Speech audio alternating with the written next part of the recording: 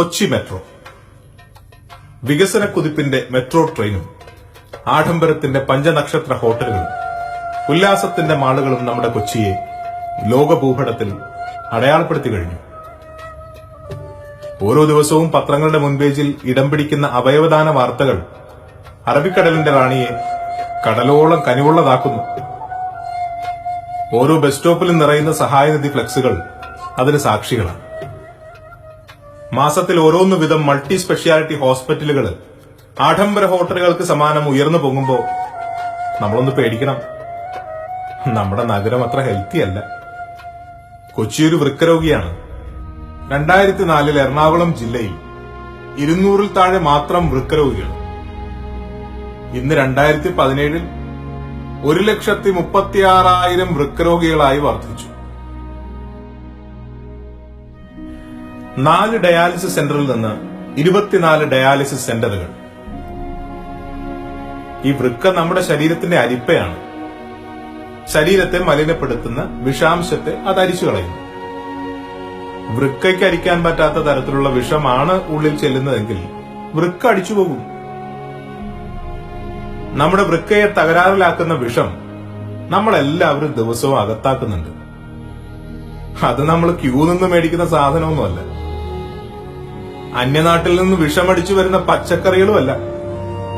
നമ്മുടെ വാഹനങ്ങള് പുറന്തള്ളുന്ന കറുത്ത കാർബണുമല്ല.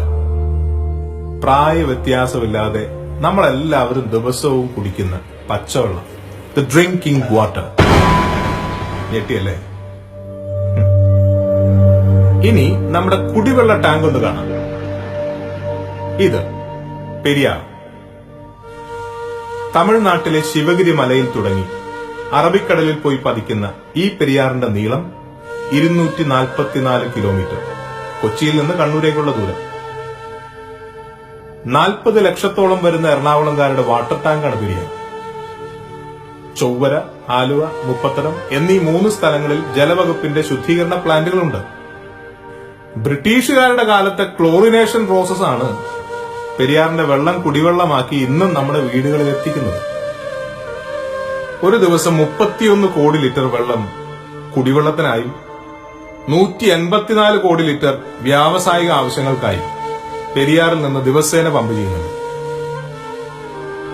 പക്ഷേ പെരിയാറിന്റെ തീരത്തുള്ള കമ്പനികൾ ഒരു ദിവസം 26 കോടി മലിനജലം പെരിയാറിലേക്ക് തിരിച്ചു പമ്പ് ചെയ്യുന്നു. പെരിയാറിന്റെ തീരത്തെ കമ്പനികളെ പരിചയപ്പെടാം. ഏലൂർ ഇടയാർ വ്യാവസായിക മേഖലയിൽ 200-ലധികം കമ്പനികളുണ്ട്. ഇതിൽ 80 എണ്ണം റെഡ് കാറ്റഗറി വിഭാഗത്തിൽപ്പെടുന്നു. ഈ റെഡ് കാറ്റഗറി എന്ന് പറഞ്ഞാൽ അന്താരാഷ്ട്ര ധാരണയനുസരിച്ച് ഇത്തരം കമ്പനികൾ കുടിവെള്ള സ്രോതസ്സിന്റെ 7 അയലത്ത് പ്രവേശിക്കാൻ പാടില്ല. ഇത്തരം കമ്പനികൾ ഏലൂർ ഇടയാർ വ്യവസായ മേഖലയ്ക്ക് അന്താരാഷ്ട്ര തലത്തിൽ ഒരു അവാർഡ് വാങ്ങിക്കൊടുത്തു. One of the most polluted places in the world. ലോകത്തെ ഏറ്റവും കൂടുതൽ മലിനീകരിക്കപ്പെട്ട സ്ഥലങ്ങളിലൊന്ന്. നമ്മൾ അഭിമാനിക്കണം. പെരിയാറിലേക്ക് കമ്പനികൾ തള്ളുന്ന മലിനജലത്തിൽ നിക്കൽ, സിങ്ക്, മെർക്കുറി, കോപ്പർ, ഇരുമ്പ്, ക്ലോറൈഡ് തുടങ്ങിയ ഖനലോഹങ്ങളുണ്ട്. ശരിക്കും മിനറൽ വാട്ടർ. ഒരു കൊല്ലം 30,000 കിലോ ഇരുമ്പും 1,700 കിലോ മെർക്കുറിയും പെരിയാറിന് കമ്പനികൾ സംഭാവന ചെയ്യുന്നു. കുടിവെള്ളത്തിലൂടെ നമ്മുടെ ശരീരത്തിലേക്ക് ഇത്രയും മിനറൽസ് തന്ന് നമ്മെ ആശുപത്രിയിൽ എത്തിക്കുന്ന എല്ലാ കമ്പനികളോടും നമ്മൾ കടപ്പെട്ടിരിക്കുന്നു. ഇത് പാതാളം ബണ്ട്. പെരിയാറിന് സ്വാഭാവികമായ നീരൊഴുക്ക് ലഭിക്കുന്നത് ശരാശരി 3 മാസം മാത്രമാണ്. ബാക്കി 9 മാസങ്ങളിലും പെരിയാർ തിരിച്ചൊഴുകും. തിരിച്ചൊഴുകുമ്പോ കടലിന്റെ ഉപ്പുവെള്ളം കയറും. ഒരു വശത്ത് നിന്ന് ഉപ്പുവെള്ളം തടയാനും മറുവശത്തെ കമ്പനി മാലിന്യം തടയാനും നിർമ്മിച്ചിട്ടുള്ളതാണ് പാതാളം ബണ്ട്. ഈ ബണ്ട് ഇപ്പോ ഒരു സൂയിസൈഡ് പോയിന്റാണ്.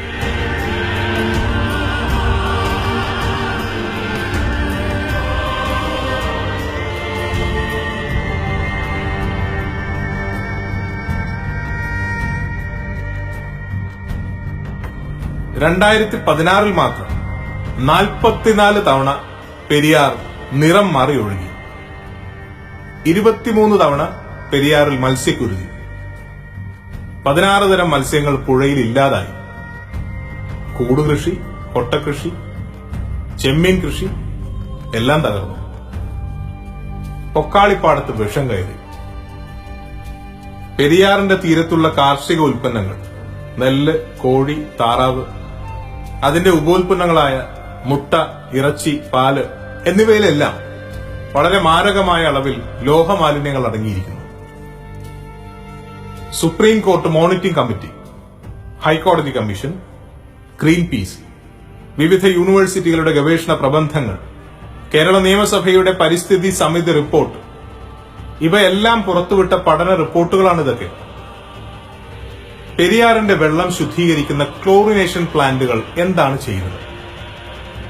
ലോകാരോഗ്യ സംഘടനയുടെ നിർദ്ദേശപ്രകാരം ഘനലോഹങ്ങൾ അടങ്ങിയ 112 രാസപദാർത്ഥങ്ങൾ വെള്ളത്തിലില്ല എന്ന് ഉറപ്പുവരുത്തിയാൽ മാത്രമേ അത് ശുദ്ധജലമാകൂ.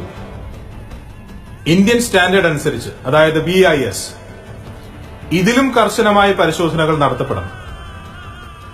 എന്നാൽ കേരള ജലവിഭവ വകുപ്പ് അടിസ്ഥാന പരിശോധനകൾ മാത്രം വരുത്തിയിട്ട് വെള്ളം വിതരണം ചെയ്യുകയാണ്.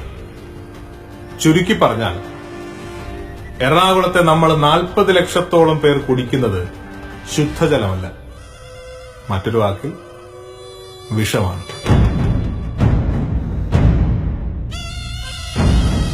ഞങ്ങൾക്ക് കിട്ടേണ്ടത് എന്താ വെച്ചാൽ ശ്വസിക്കാൻ അല്പം വായു, കുടിക്കാൻ ഇത്തിരി വെള്ളം. പക്ഷെ ഞങ്ങൾക്ക് ഇവിടെ ജീവിക്കണം. ജീവിക്കാനുള്ള അവകാശമാണ് ഞങ്ങൾ വ്യവസായങ്ങളോട് ചോദിക്കുന്നുള്ളൂ. നമ്മളെ മുലയൂട്ടുന്ന ഭൂമിയുടെ മാറാണ് പെരിയാർ. അതിന്റെ തീരത്തുള്ള കമ്പനികൾ നവപൂതനമാരാണ് എന്റെ അമ്മയുടെ മാറിൽ വിഷം പുരട്ടുന്നത്. പൂതനയുടെ വിഷം പുരട്ടിയ മുലകളെ സംസ്കരിക്കാൻ നമ്മളാരും അവതാരങ്ങളല്ലല്ലോ. നമുക്കൊരുമിക്കാം ഒരു ജലസമരത്തിന്.